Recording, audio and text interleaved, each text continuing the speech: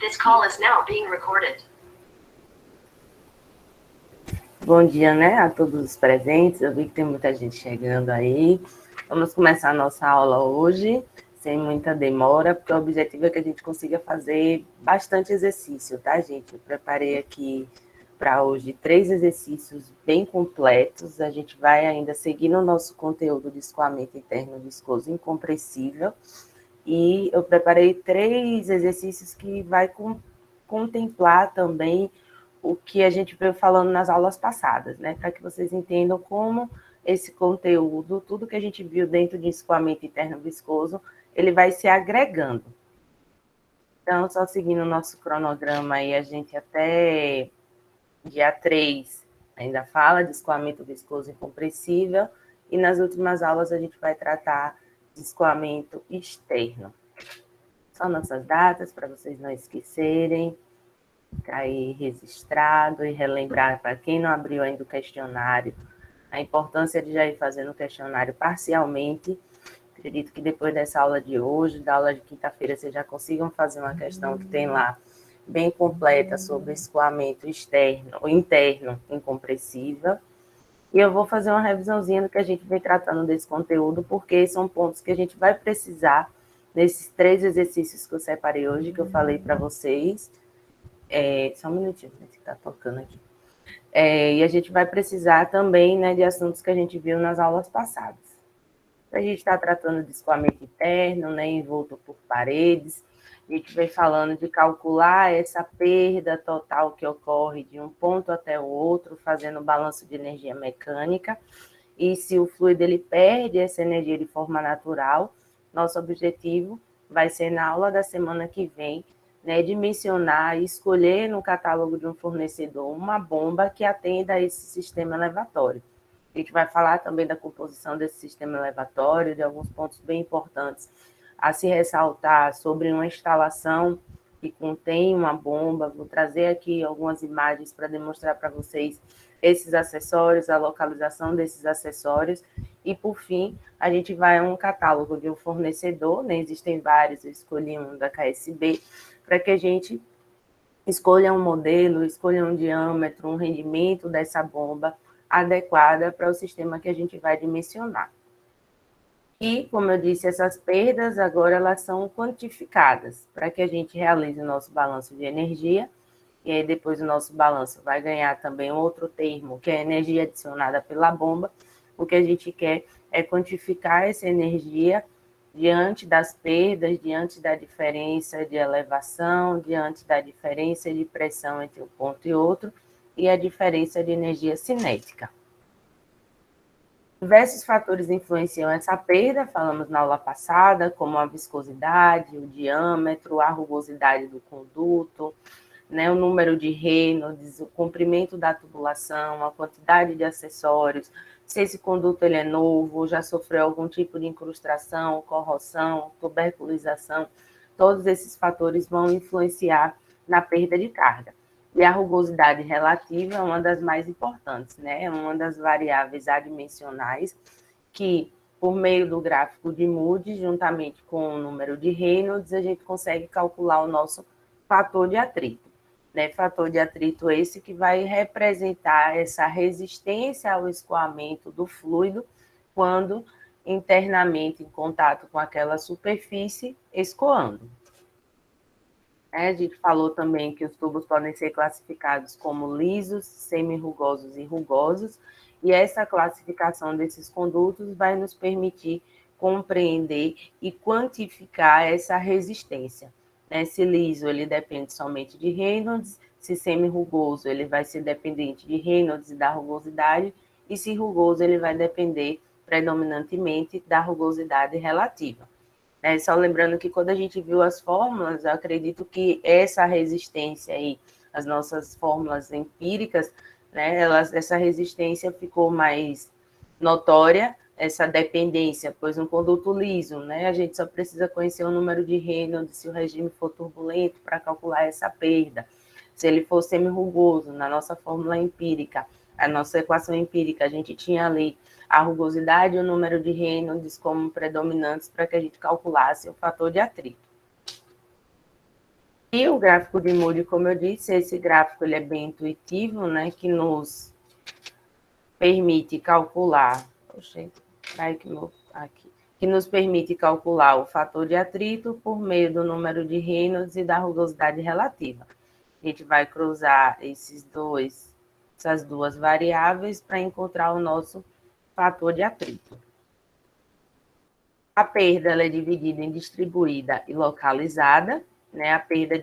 A soma das duas vai resultar na nossa perda total. Se a gente divide toda a perda pelo comprimento da tubulação, a gente tem a perda de carga unitária, ela é adimensional. E a perda de carga distribuída pode ser obtida por meio do balanço, né? Então, desprezando que não vai haver nenhuma energia adicionada ou removida ainda, essa perda pode ser obtida por meio da variação de elevação e de pressão. Porque se a perda de carga distribuída ela ocorre ao longo de um conduto retilíneo de mesmo diâmetro, né, isso indica que as velocidades elas são iguais, são constantes, e aí a nossa perda ela é dada por essa variação de energia de elevação e de pressão. Se a tubulação estiver na horizontal, então a gente não tem essa variação de energia de elevação, e a perda distribuída pode ser calculada apenas pela variação dessa energia de pressão, que é a pressão dividido pelo peso específico. Se a gente não conhece essa variação de pressão, a equação universal da perda de carga nos permite calcular também essa perda de carga distribuída por meio do fator de atrito.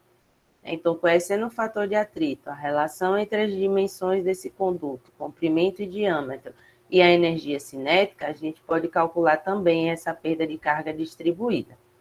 E esse fator de atrito ele vai depender do regime. Então, se o regime for laminar, o fator de atrito é facilmente obtido fazendo-se 64 sobre o número de Reynolds. Se o regime for turbulento, a gente pode usar o gráfico de Moody, relacionando o número de Reynolds com a rugosidade relativa. A gente usou o gráfico de Moody na aula passada, usamos também as nossas equações, né? Quando o regime ele é turbulento, existem uma infinidade de equações que a gente pode utilizar, e isso vai depender do tipo de conduto. Então, se for liso, a gente pode usar a equação de Blasius, né, ou a equação de Green e McAdams, vai depender do regime de escoamento. Então, mais uma vez, por isso que é bem importante quando a gente começa o nosso exercício, começa a buscar uma solução para uma situação, problema, que a gente inicialmente já conheça a velocidade e calcule o número de Reynolds, pois ele vai nos direcionar, principalmente nessa parte do fator de atrito, como a gente calcula. E também informações como se o tubo é liso, semi-rugoso ou rugoso, né, a gente vai ter o conhecimento prévio, ou na questão, ou uma informação sobre o conduto que nos permita avaliar, né, e diferenciá-lo se liso, rugoso ou semi-rugoso.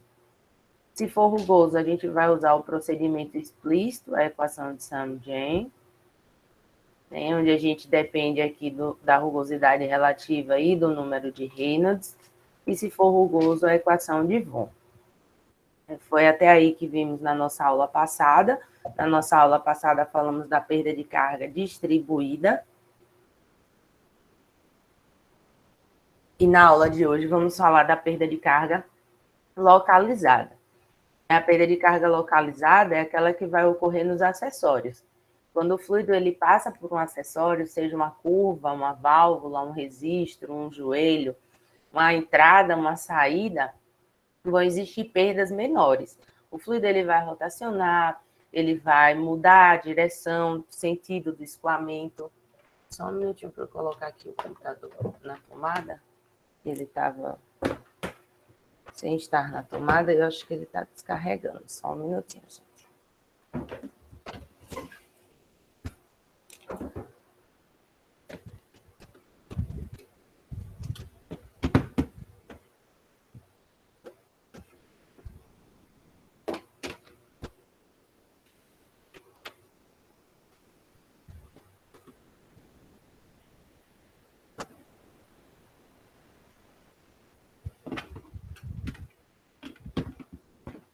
Pronto. E aí, toda vez que o acessório ele passa por esse, ou toda vez que o fluido ele passa por esse acessório, ele vai ter uma perda localizada, uma perda menor. Vocês vão ver que os valores dessas perdas, né, muitas vezes vai ser menor do que a perda de carga distribuída, que é aquela que ocorre ao longo do conduto retilíneo. Por isso que elas são chamadas também de perdas menores. E ela vai depender do tipo de acessório, né? Quando o fluido ele passa por uma curva de 45, vai ter uma perda menor do que quando ele passa por uma curva de 90.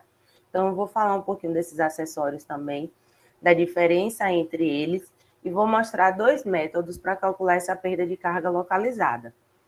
Um é o método do comprimento equivalente e o outro é o método do coeficiente de perda de carga.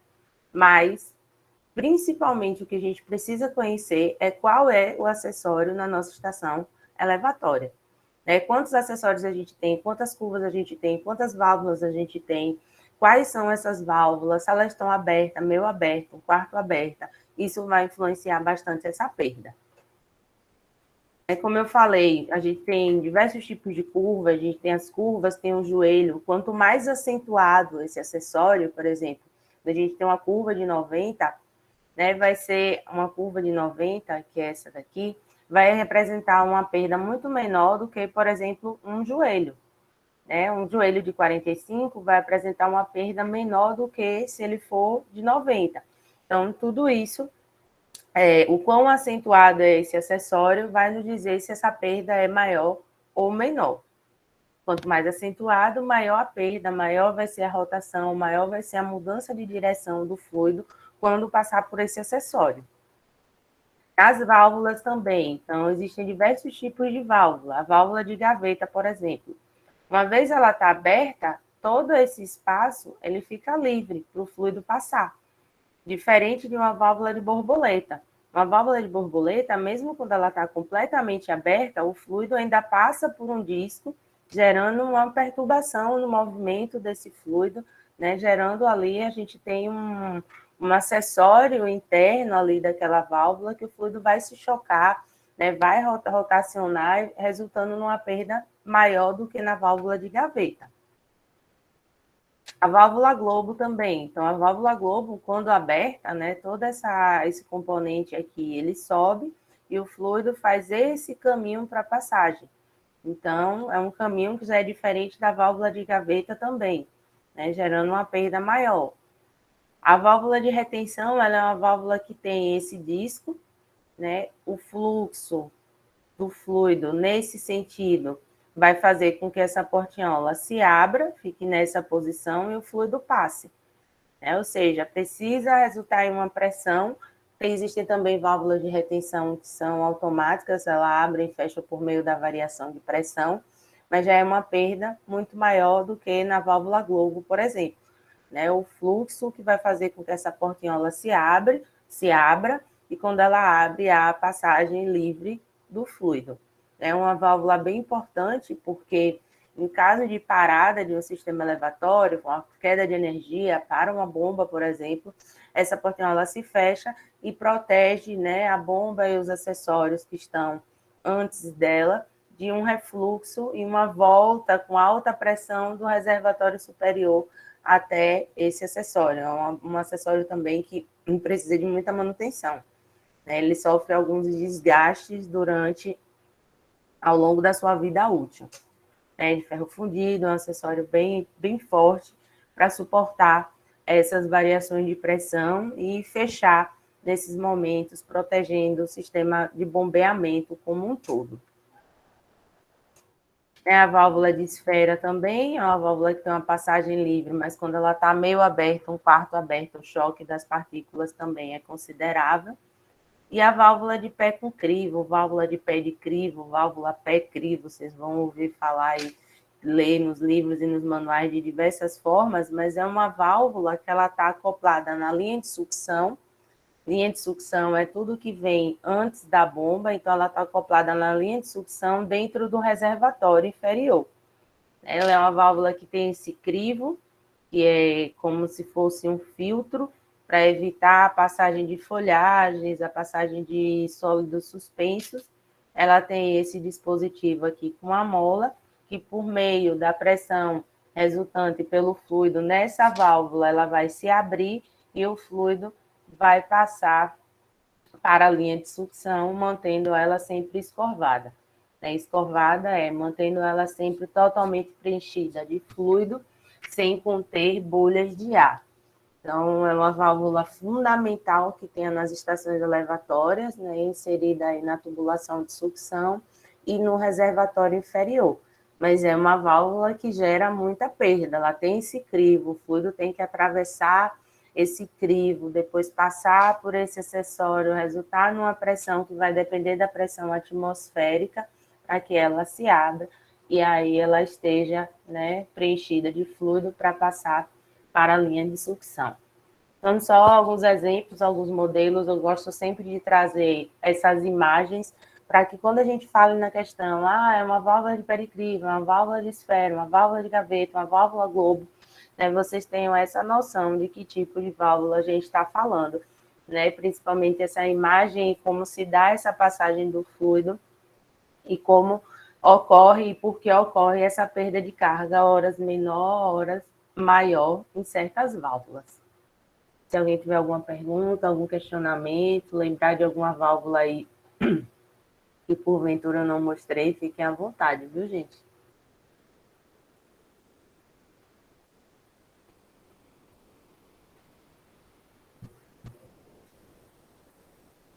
Quando o fluido ele entra e sai também da tubulação, gera uma perda, né? E isso vai depender se a gente tem uma extremidade delgada ou uma extremidade arredondada. Já já eu vou falar desses casos, eles são tabelados.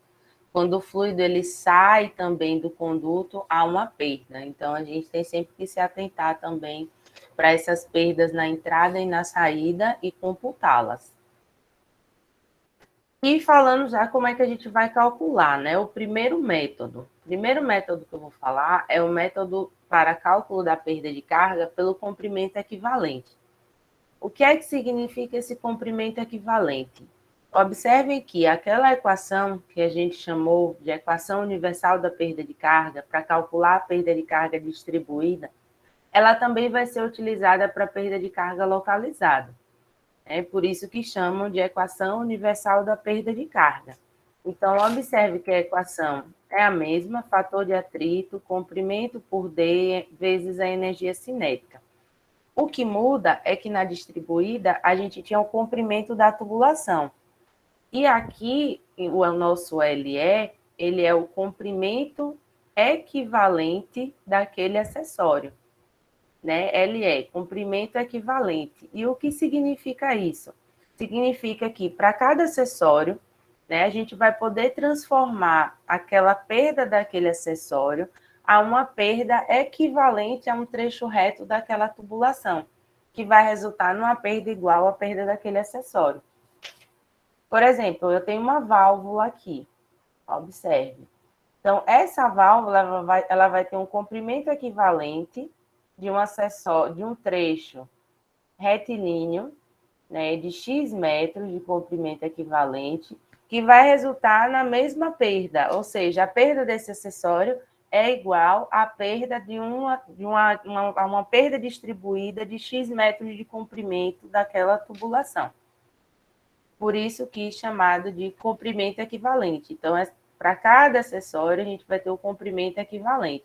Equivalente a um trecho reto de tubulação, que resultaria na mesma perda daquele acessório.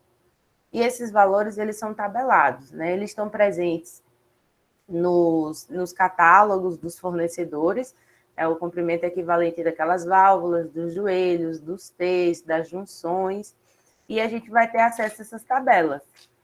Observe aqui, para a válvula tipo borboleta, o comprimento equivalente, essa tabela já nos dá o comprimento equivalente dividido pelo diâmetro, né, de 45, então a gente poderia simplesmente substituir aqui por 45, né, um cotovelo padronizado de 90 graus, uma válvula de retenção tipo globo, né, uma válvula de gaveta 1/4 aberta, então 1/4 ela vai ter ali um choque maior, porque ela vai estar 1/4 apenas aberta.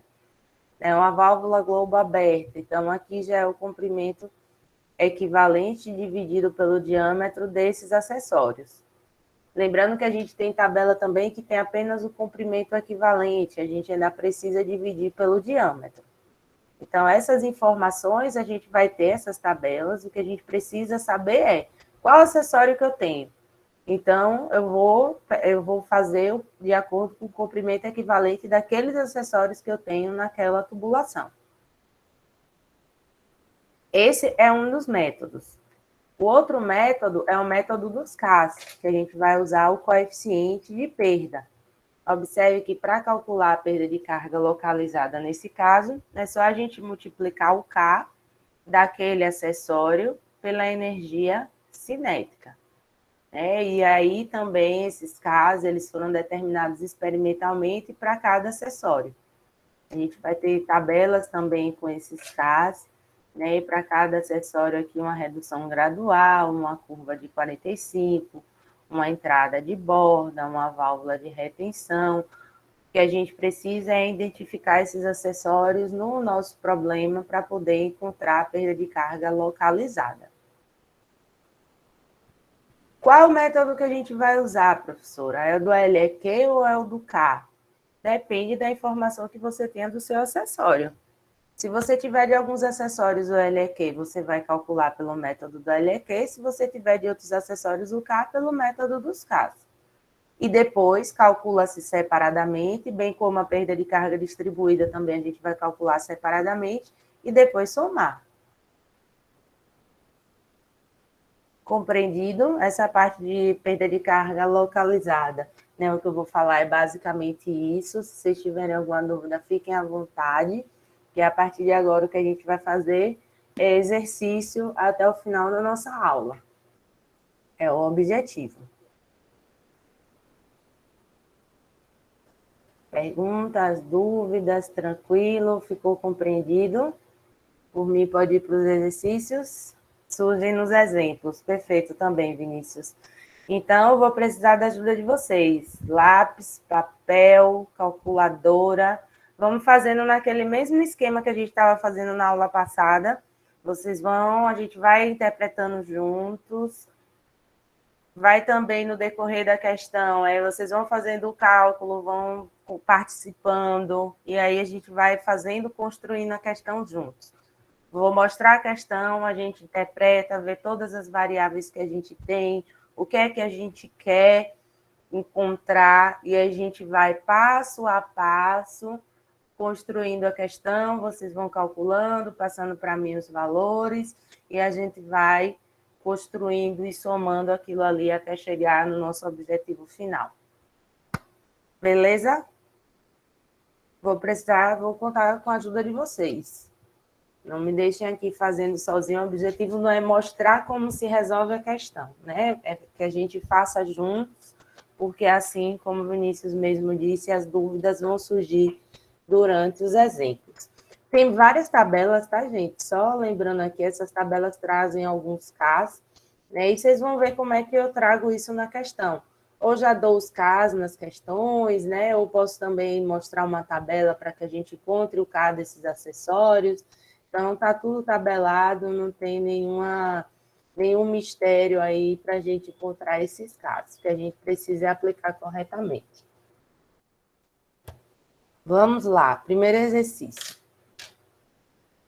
Um tanque ventilado de pressão interna igual à pressão atmosférica deve ser preenchido com óleo, ele dá as propriedades do fluido, de um reservatório subterrâneo, usando uma mangueira de plástico lisa, de 20 metros de comprimento e 5 centímetros de diâmetro, com uma entrada ligeiramente arredondada, então ele já dá o K da entrada, duas curvas com 0,3 de K cada e uma saída K igual a 1. A diferença de elevação entre o nível do reservatório inferior e a parte superior do tanque onde a mangueira é descarregada é de 5 metros. A capacidade do tanque é de 18 metros cúbicos e o tempo de preenchimento é de 30 minutos. Encontre o fator de atrito usando o gráfico de Moody e a fórmula. e encontre a perda de carga total distribuída e localizada. Então, ele quer o fator de atrito, depois a gente vai encontrar a perda de carga total, mas antes a gente precisa encontrar algumas variáveis, como a vazão, a velocidade e o número de Reynolds. Isso é fundamental, é uma das primeiras coisas que a gente precisa fazer quando a gente tem questões de escoamento interno. Ele deu aqui a capacidade do tanque, o tempo de preenchimento, então a gente vai fazer vazão é igual a volume por tempo. Depois a gente vai calculando os outros, mas vamos por parte, que para que a gente encontre a perda de carga total, que é distribuída e localizada, a gente precisa do fator de atrito. Mas para calcular o fator de atrito, a gente precisa de Reynolds. Para calcular Reynolds, a gente precisa da velocidade, e para obter a velocidade, a gente precisa da vazão. Observe que é tudo muito bem, interligado, para que a gente chegue na perda de carga distribuída e localizada. Vamos lá.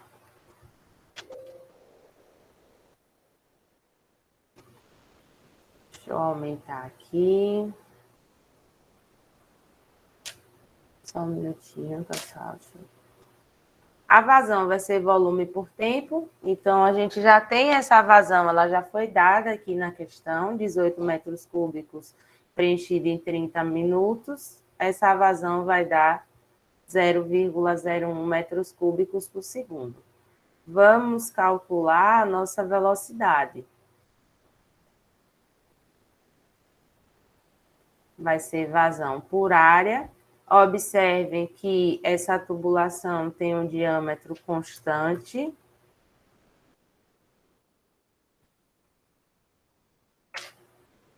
A gente tem uma mangueira de 5 centímetros de diâmetro. Então, a área vai ser π vezes 0,05 ao quadrado dividido por 4.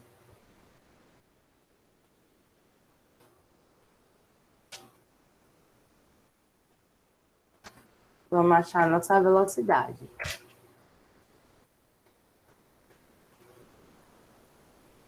Depois, o nosso número de Reynolds, que vai ser velocidade vezes o diâmetro vezes a massa específica, dividido pela viscosidade dinâmica.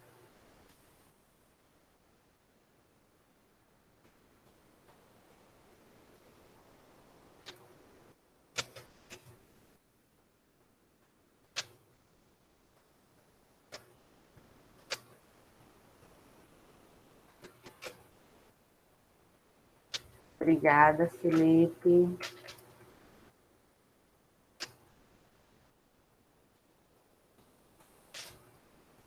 A velocidade aqui deu 5,09296 metros por segundo, com a unidade, tudo certinho. Mais alguém? Confere aí esse valor. Mais alguém encontrou esse valor? Show. Vamos achar agora o nosso número de Reynolds. A gente já tem a velocidade.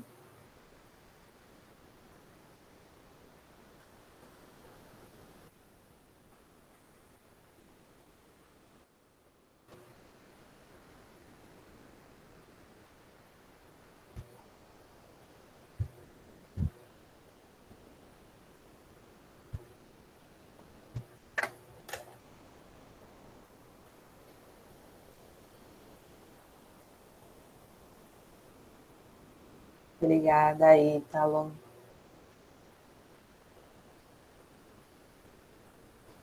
Alinaldo também. 5.206,13688,9. Regime o quê? Laminal turbulento?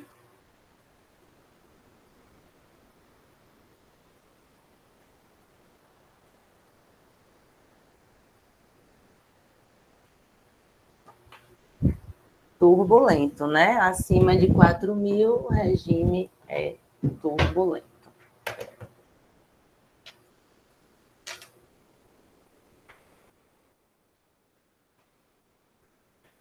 Se o regime é turbulento, a gente tem duas formas de calcular o nosso fator de atrito para tubos lisos.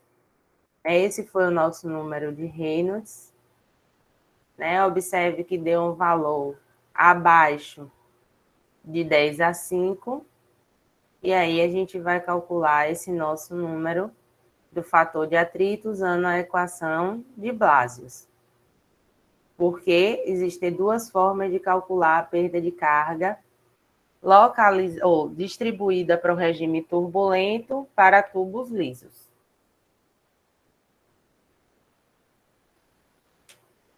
Então, vamos utilizar a equação de Blasius. Vai ser 0,316 o número de Reynolds elevado a 0,25.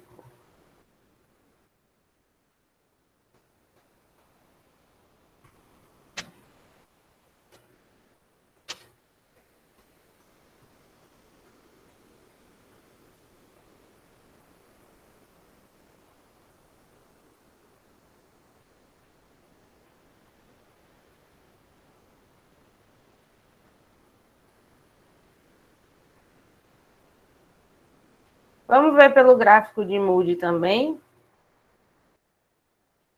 Para ver se eu acho um gráfico de Moody aqui. Pronto. Tubos lisos para esse número de Reynolds. Vamos lá. Tubos lisos representado por essa última curva.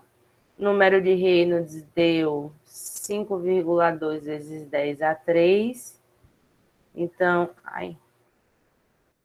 aqui é 10 a 3. 2 vezes 10 a 3, 3, 4, 5,2. Aí já estava nessa questão aqui. A interseção, observe, antes aqui de 0,04, confere com a fórmula que deu 0,0372. Então, observe que pelo gráfico de Moody a gente encontrou uma coerência com o nosso valor encontrado pela fórmula para esse número de Reynolds. Vamos voltar. Prefiro que, devido aí às casas decimais, vocês usem o da fórmula, mas sempre confiram com o gráfico de Moody também. Encontrado o fator de atrito, vamos obter a perda de carga distribuída. Então, a gente já encontrou o fator de atrito, que deu 0,0372. A mangueira tem 20 metros de comprimento, diâmetro de 5 centímetros.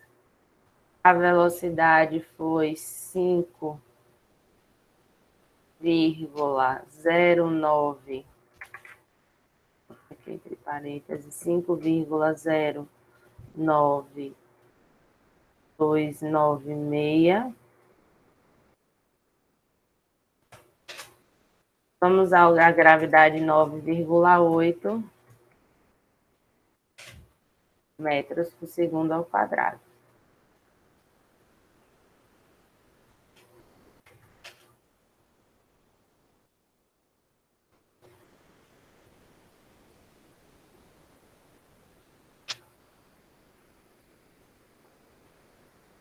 E aí a gente vai obter a nossa perda de carga distribuída ao longo desse conduto retilíneo de 5 centímetros de diâmetro. 19,69189 metros, tá, Felipe? Não esquece da unidade. O fator de atrito é adimensional. Nossa perda ela é sempre obtida em metros.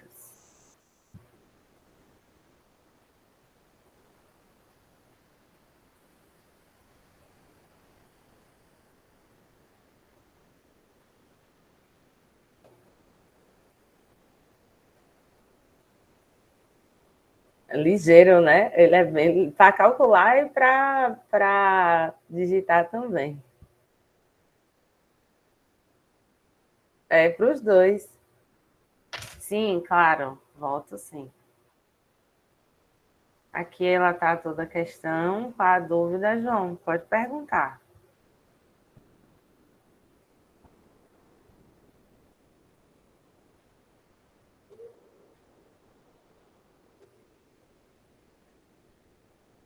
Ah, certo.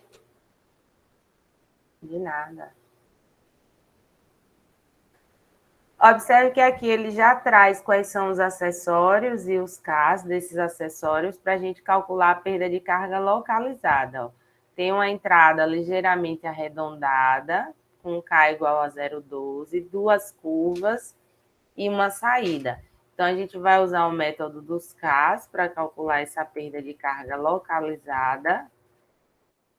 Né? Nesse caso, como a velocidade ela é constante em toda a tubulação, a gente pode somar esses Ks, 0,12 mais 0,3 mais 0,3, mais 1 vezes a energia cinética. E calcular essa perda de carga localizada nesses acessórios.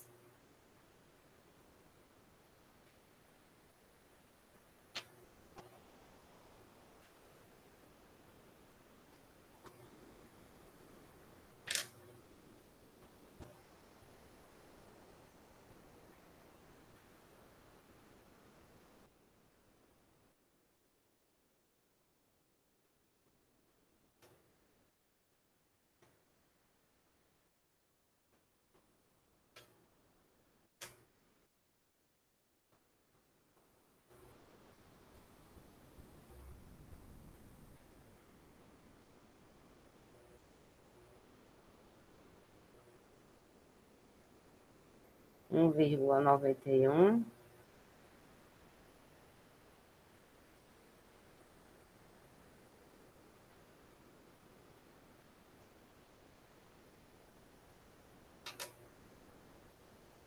Esqueceu do quadrado? Não, né? Tô calma, vamos. Deu muito alta, Vinícius. Lembre que elas são as perdas menores, né? Deu maior que a distribuída. Façam sempre essa comparação, né? Você só tem 4 acessórios. Deu isso? 1,91 metros. 1,9189 metros. Show, obrigada aí, Raíssa, Pedro, Edson. Sim, um parêntese faz toda a diferença. Toda a diferença. Pronto. Nossa perda total, então, vai ser a perda de carga distribuída, mais a perda de carga localizada. E aí a gente tem a perda total desse escoamento. Ele não pede, mas um outro tipo de perda é a perda de carga unitária, quando a gente divide essa perda de carga total pelo comprimento do conduto, que é de 20 metros. Não tem como a gente obter essa perda de carga para cada metro de conduto, que a gente chama de perda de carga unitária.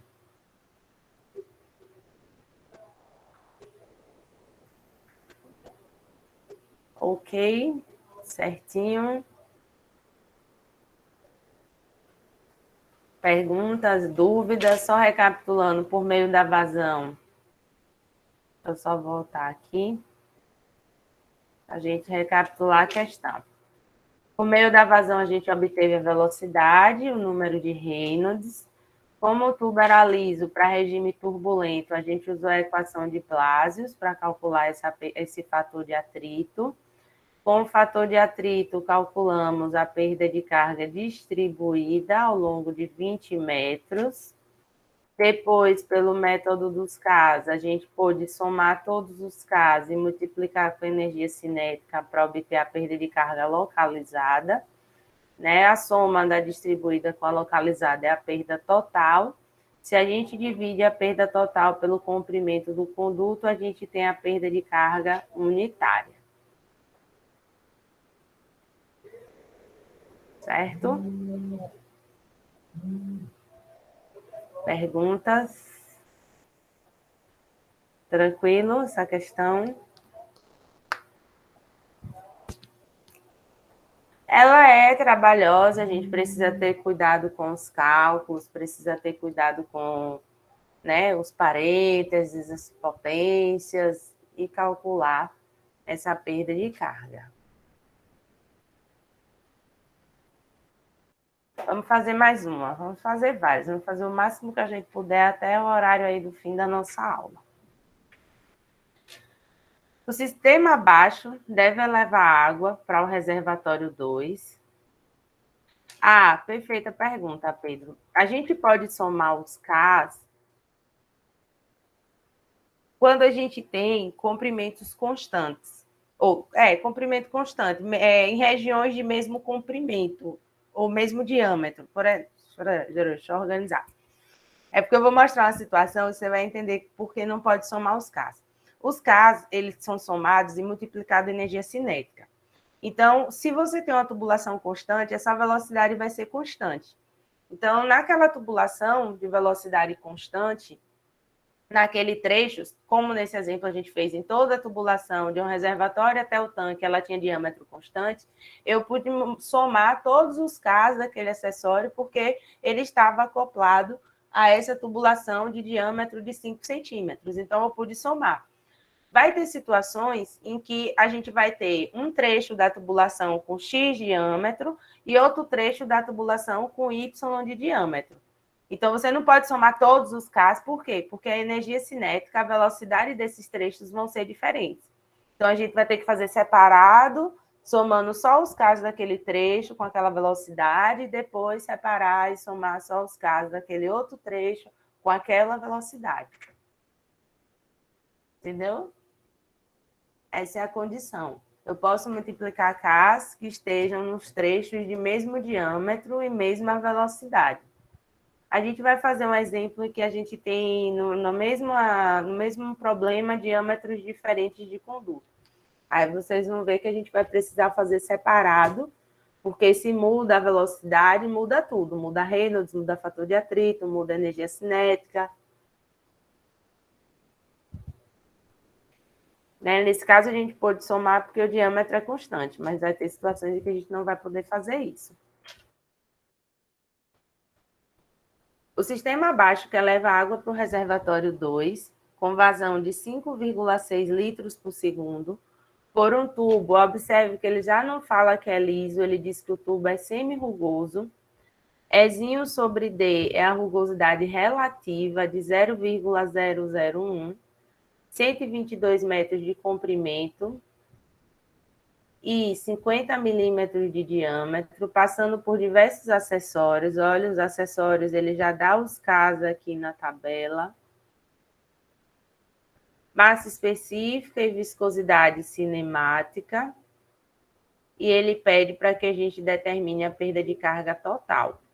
Observe que ele dá a diferença de elevação de um reservatório para o outro, né? Isso aí para a gente poder fazer o nosso balanço global de energia e calcular o nosso HA.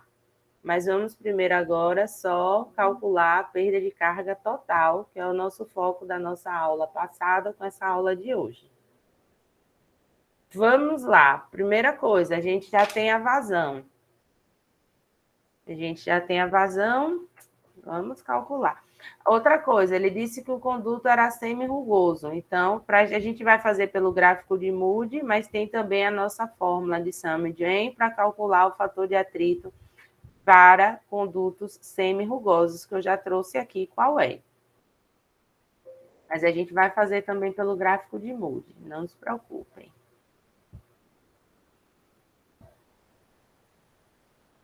Vamos lá, primeira coisa, vamos calcular a velocidade, porque a gente precisa calcular o nosso número de Reynolds, fazendo a vazão dividido pela área. Então, a vazão eu vou colocar em metros cúbicos por segundo, é só dividir por 1000.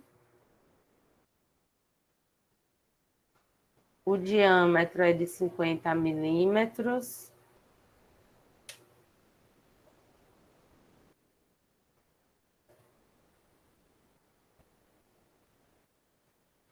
Vamos calcular essa velocidade.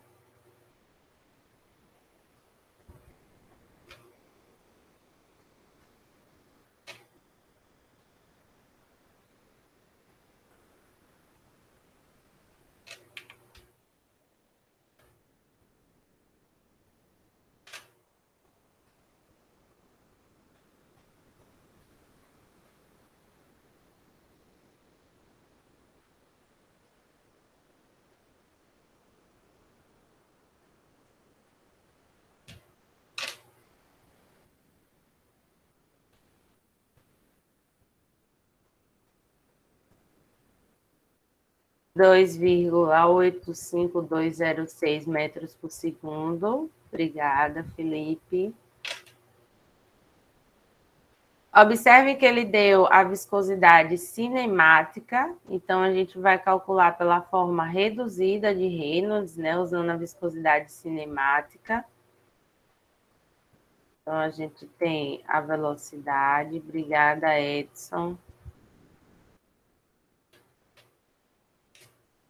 E a viscosidade cinemática de 1,02 vezes 10 a menos 6 metros quadrados, quadrado por segundo.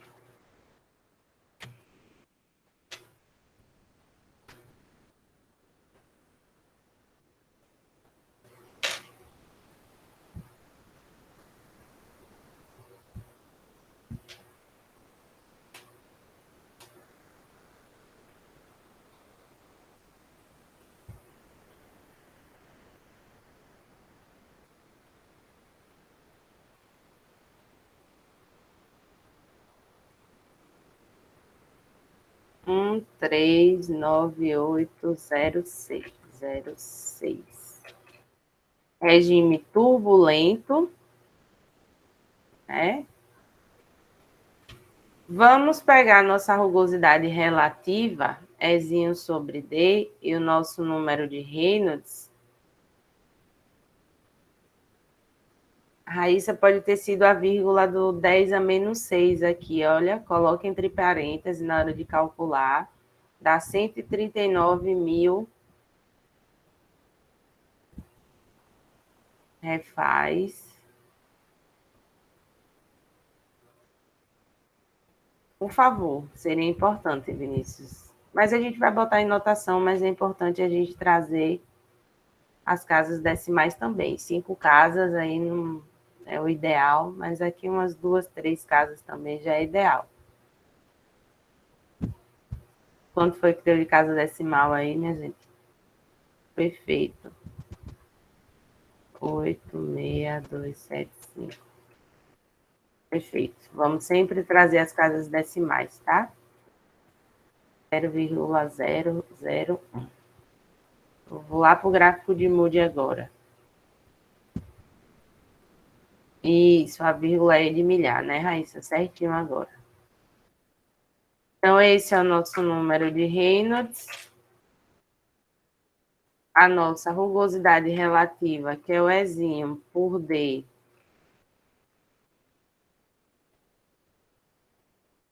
deu 0,001, foi dado na questão.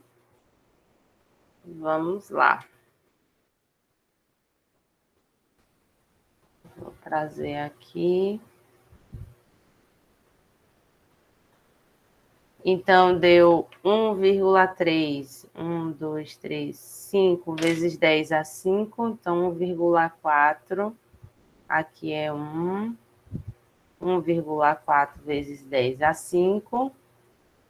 A rugosidade relativa de 0,01 está aqui. né? Então, vamos lá buscar a interseção.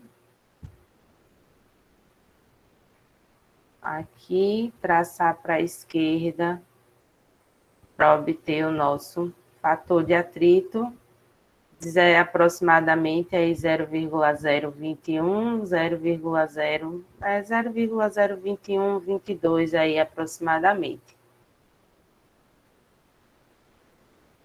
Vamos fazer pela fórmula também. Né? Então, pelo gráfico de Moody, lembrem aí 0,021, 22, vamos fazer pela fórmula. Pela fórmula, para encontrar o fator de atrito, a gente vai usar a fórmula para o semi-rugoso, fórmula de Semidian, onde a gente vai colocar aqui a nossa rugosidade relativa, o nosso número de Reynolds,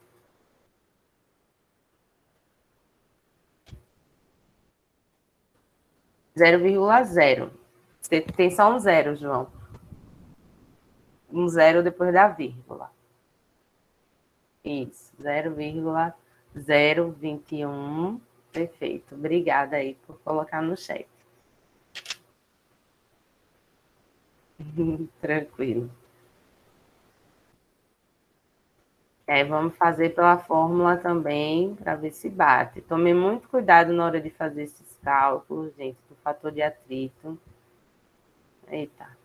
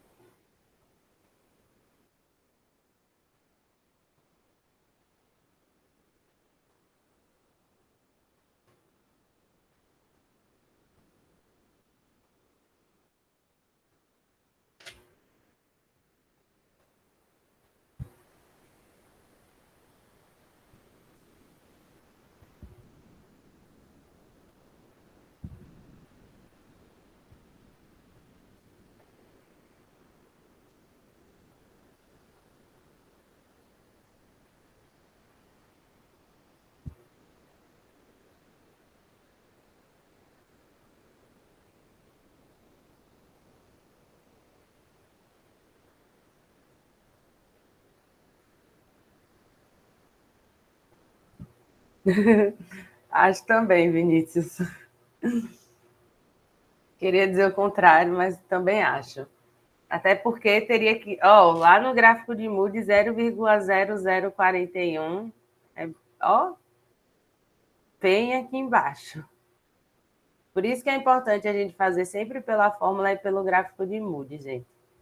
Até essa noção aí, pelo menos, se está perto do que o gráfico traz, encontrou pela fórmula, algo parecido. Então, o João encontrou 0,021715. Isso, mais coerência com o que a gente encontrou no gráfico de Moody.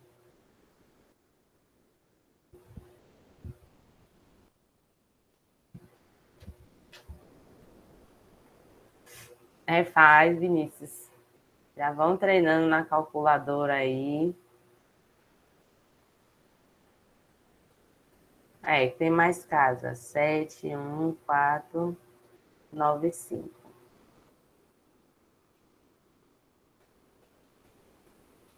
Vamos, então, encontrar a perda de carga. Gente, deixa eu só diminuir isso aqui. Vamos, então, encontrar a perda de carga distribuída, né? A gente já tem um fator de atrito. Eu vou passar lá para outro slide.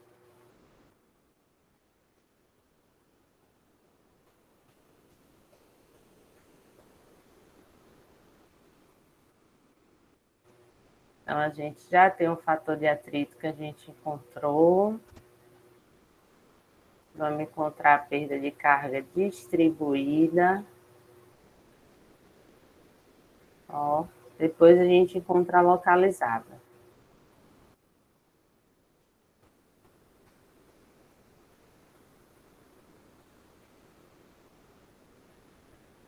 Então, vai ser o fator de atrito 0,02171495.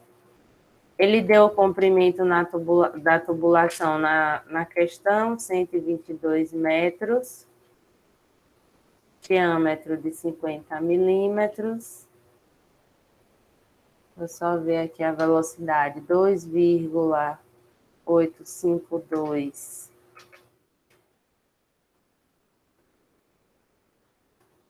metros por segundo, dividido pela gravidade, 9,8 metros por segundo ao quadrado.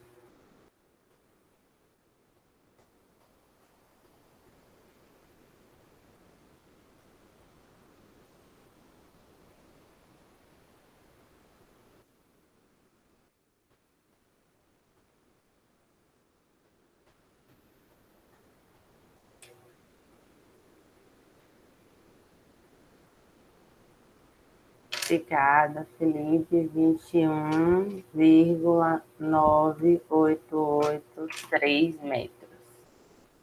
Essa é a perda de carga distribuída, certo?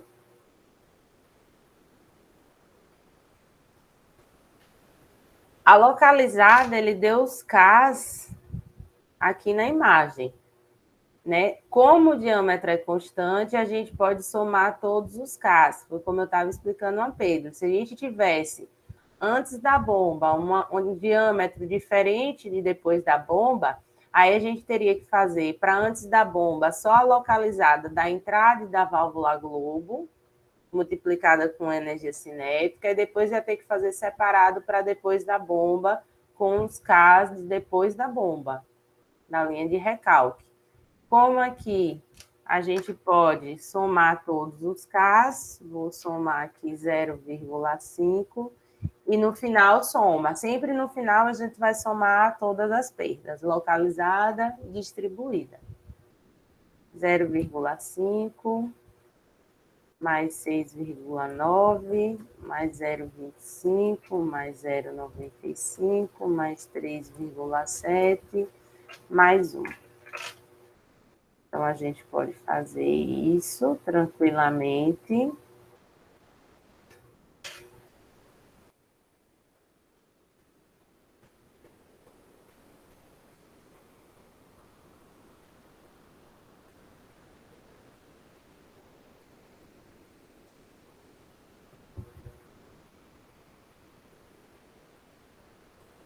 Para encontrar o nosso HL.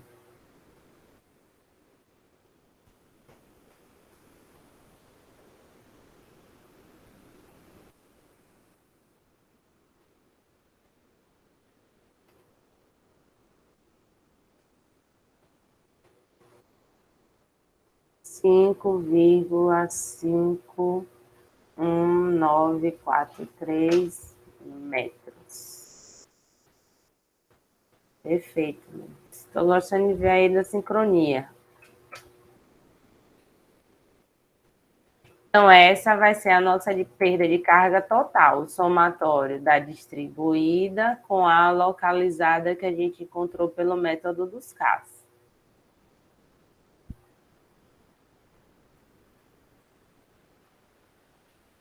O que mudou dessa questão para que a gente fez anteriormente? Claro, a configuração e também que nesse caso a gente tinha um conduto semi-rugoso, não mais um conduto liso. E aí a gente encontrou o fator de atrito por uma outra equação para tubos semi-rugosos.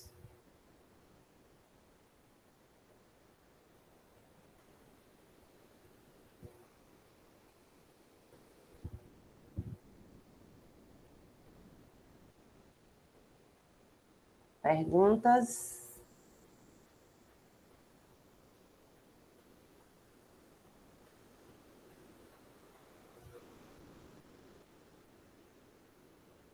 Podemos fazer outra? Dá tempo a gente fazer outra ainda antes da gente terminar nossa aula? Deixei a melhor para o final.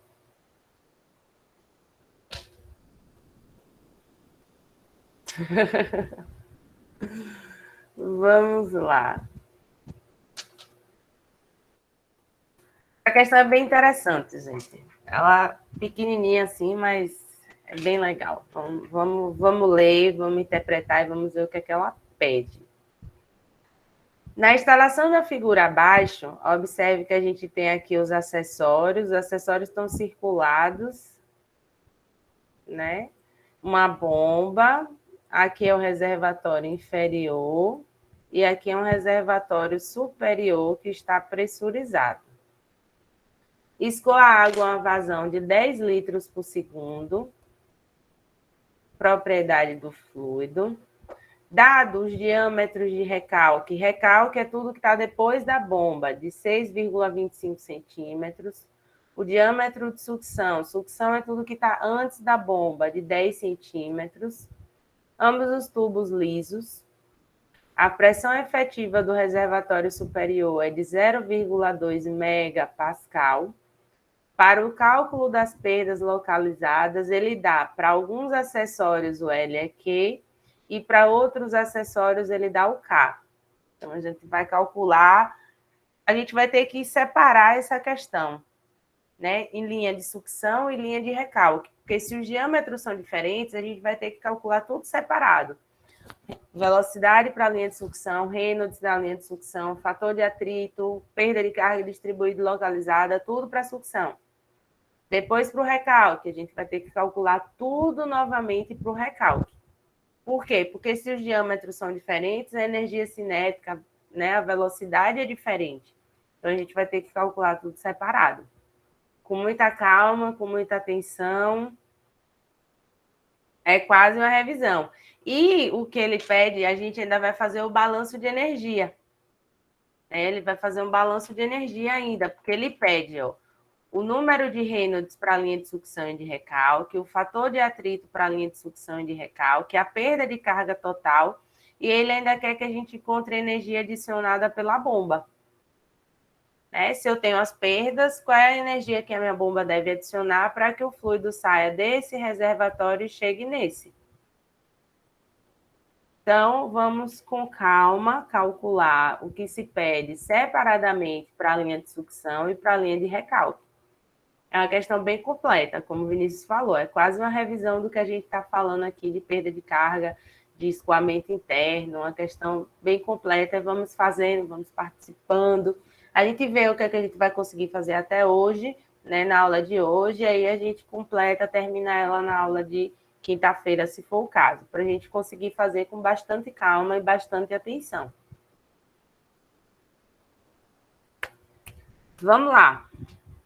Vamos fazer tudo para a sucção primeiro. Eu trouxe a questãozinha aqui do lado, para a gente não se perder nos dados. Então, ela está aqui bem bonitinha aqui do lado, com todos os dados que a gente precisa. Vamos calcular a velocidade de sucção, fazendo a vazão pela área.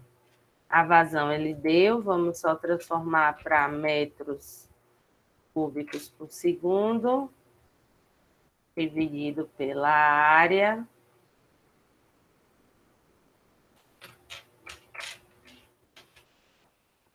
O diâmetro da sucção é de 10 centímetros.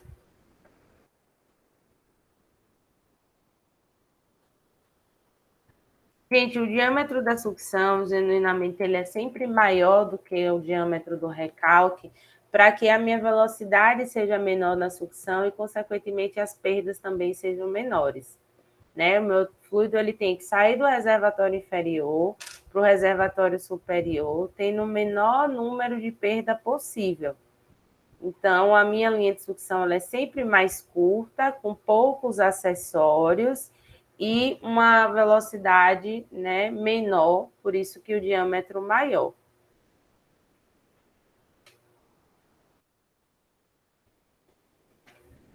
Um 1,27324 metros por segundo. Assim, a gente já pode encontrar nosso Reynolds na sucção.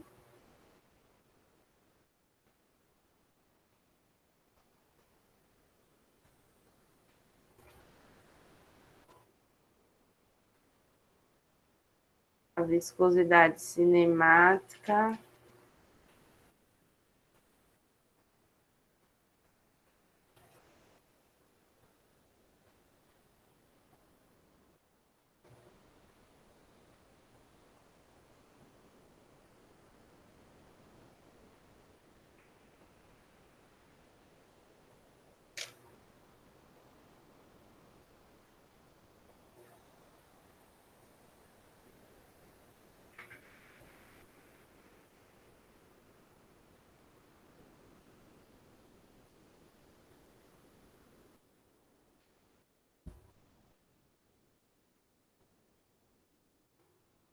Beleza.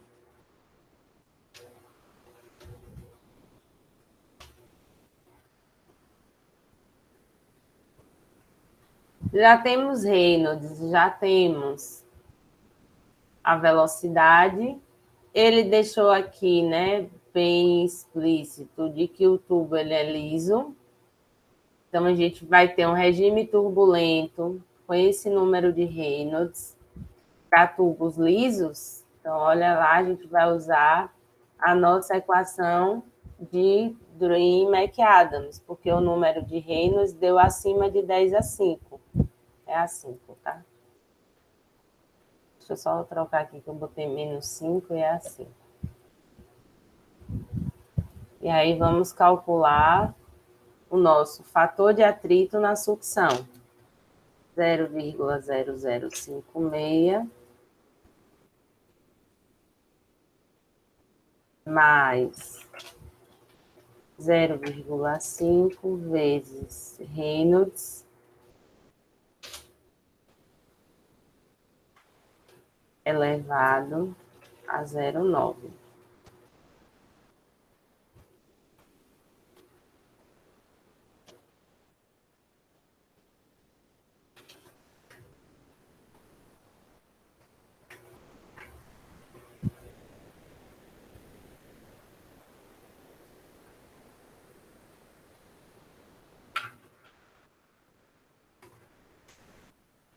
Só lembrando que eu estou fazendo pela fórmula, mas podia também ser feito pelo gráfico de Moody.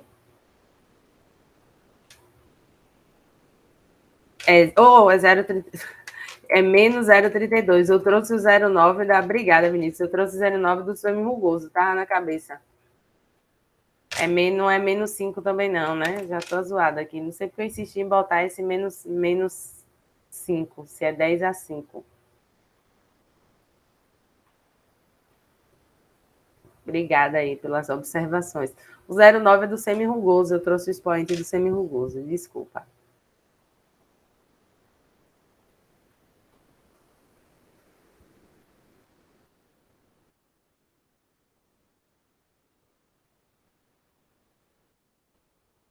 Dois valores diferentes. Vamos lá. Vamos ver quem vai desempatar aí. 0,017 está ganhando. Vamos ver. Vou ter que fazer, né? Vamos lá.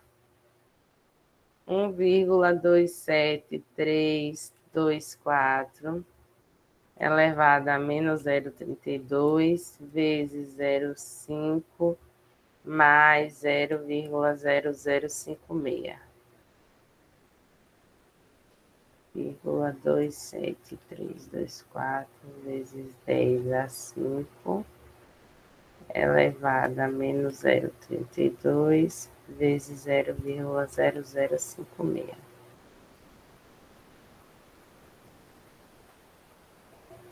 É 172252.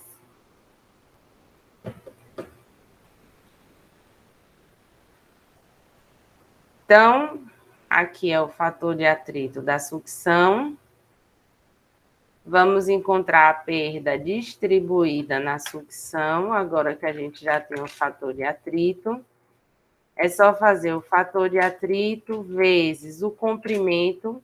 Observe aqui na imagem, qual é o comprimento da sucção?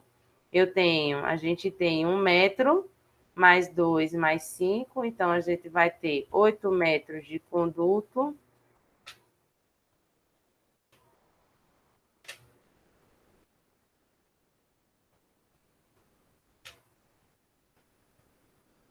Vezes.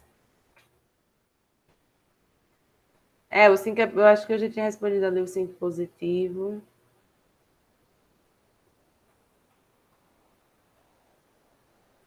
Vezes a energia cinética, deixa eu só pegar aqui o valor da velocidade.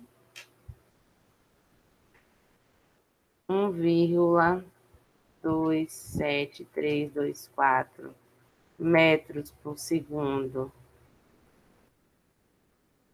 Gosto quando fica assim. Dividido por 2 vezes.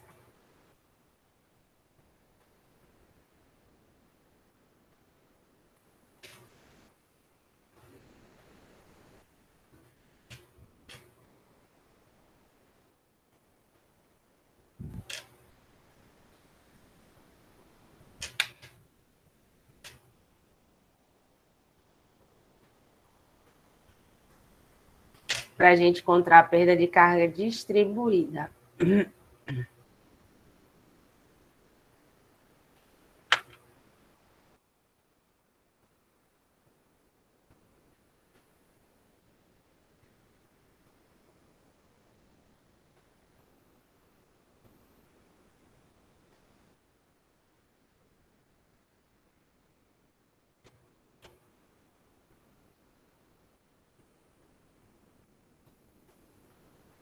Zero vírgula 113977, mas alguém encontrou algum valor aí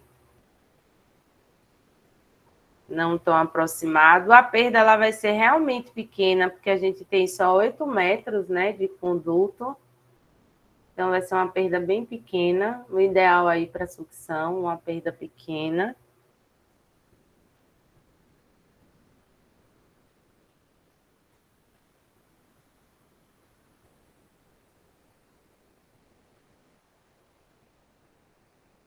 Metros, né, gente? A unidade. Metros, não esqueçam. E é a distribuída, né? HD. Vamos calcular o HL, que é a localizada na sucção.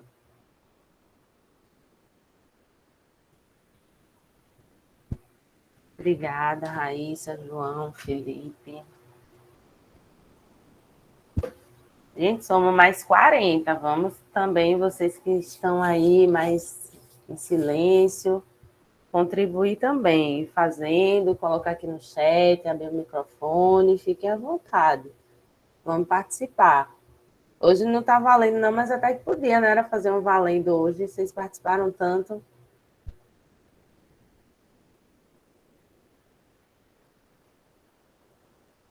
Vamos fazer agora a localizada. Verdade, Vinícius. Vamos fazer agora a localizada. Observe, eu quero chamar um ponto aqui de muita atenção para a perda localizada.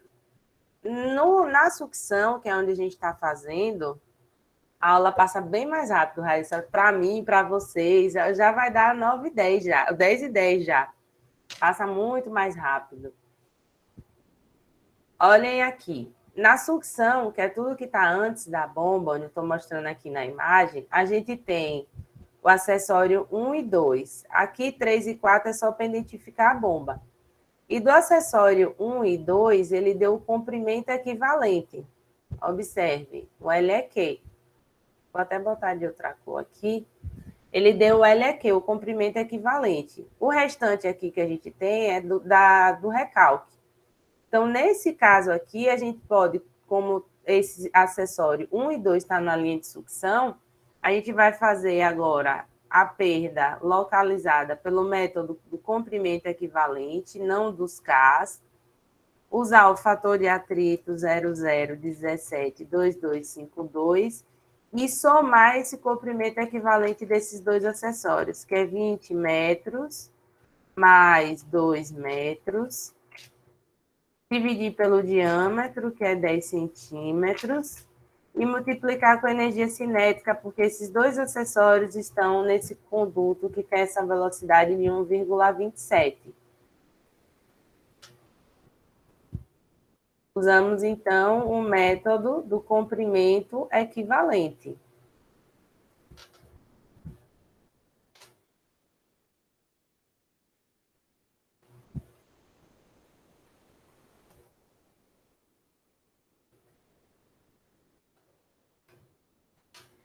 E aí, a perda de carga total. A gente não tem mais nenhum acessório, na sucção vai ser a distribuída, mais a localizada. Uma perda pequena, a gente tem pequeno comprimento de tubulação, poucos acessórios. Então, essa vai ser a perda de carga total na sucção. A gente só fez para sucção, vai ter que fazer ainda agora para o recalque. Né? Talvez o recalque a gente não consiga terminar hoje, mas a gente para aqui nesse ponto do recalque, vamos ver até onde a gente tem que fazer, vou passar a lista de presença ainda, né, falar de algumas informações aqui importantes, mas tudo que a gente fez para a sucção, a gente vai ter que fazer para o recalque agora. Calcular a velocidade, o número de Reynolds, o fator de atrito, a perda de carga distribuída. E um ponto que eu vou observar aqui com vocês é que para o recalque, alguns acessórios ele dá o LEQ e outros acessórios ele dá o K. Então, a gente vai ter que calcular separado. Pelo método do comprimento equivalente do recalque, que ele dá o comprimento equivalente por esse método, e pelo método dos K, os acessórios no recalque, onde ele dá os coeficientes K. Vai ter que fazer tudo separadinho para depois somar e encontrar a perda de carga total.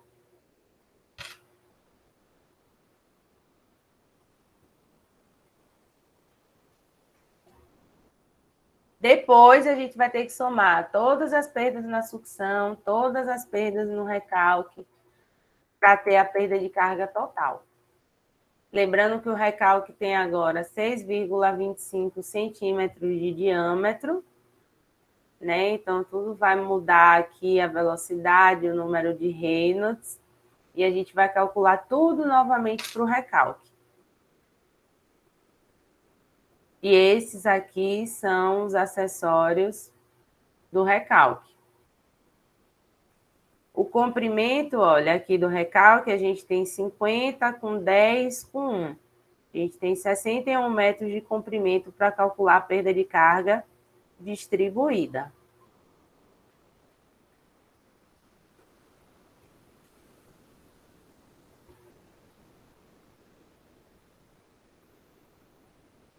Vamos lá. Vão calculando aí, deixa eu só pegar a lista de chamada aqui.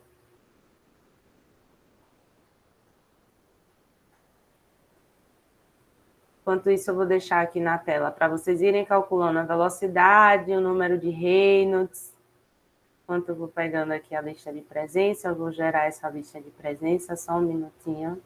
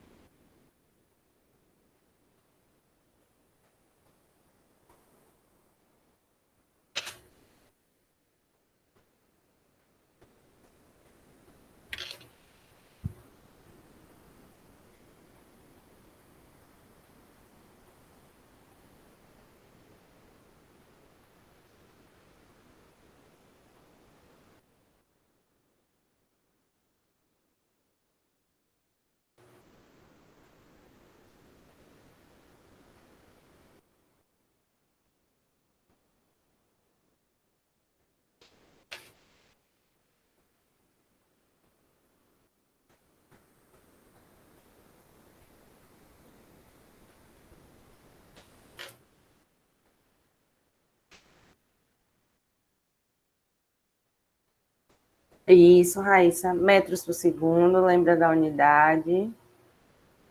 Acho que dá isso mesmo.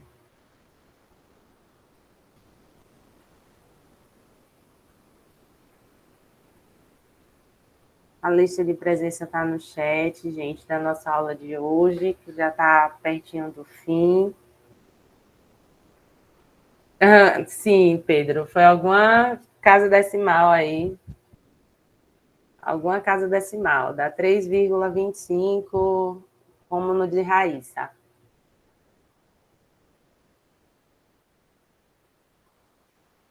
Eu vou deixar essa parte do recalque para vocês calcularem e a gente continuar na nossa aula de quinta-feira. Tranquilo, pessoal?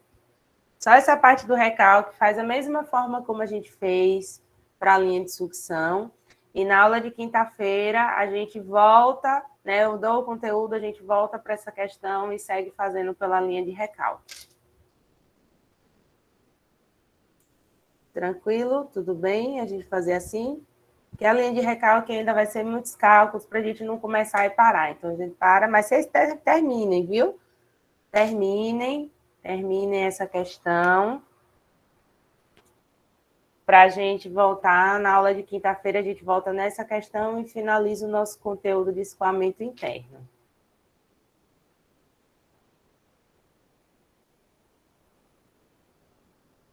Certo? Tranquilo? Perguntas?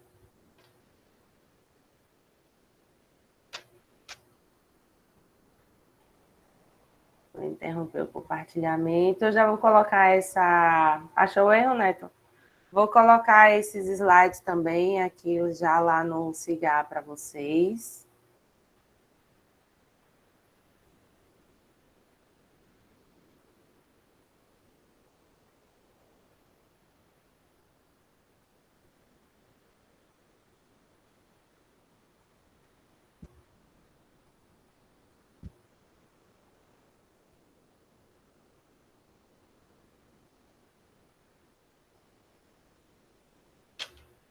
Assinaram a lista, estão assinando, não esqueçam. Vou interromper aqui nossa gravação.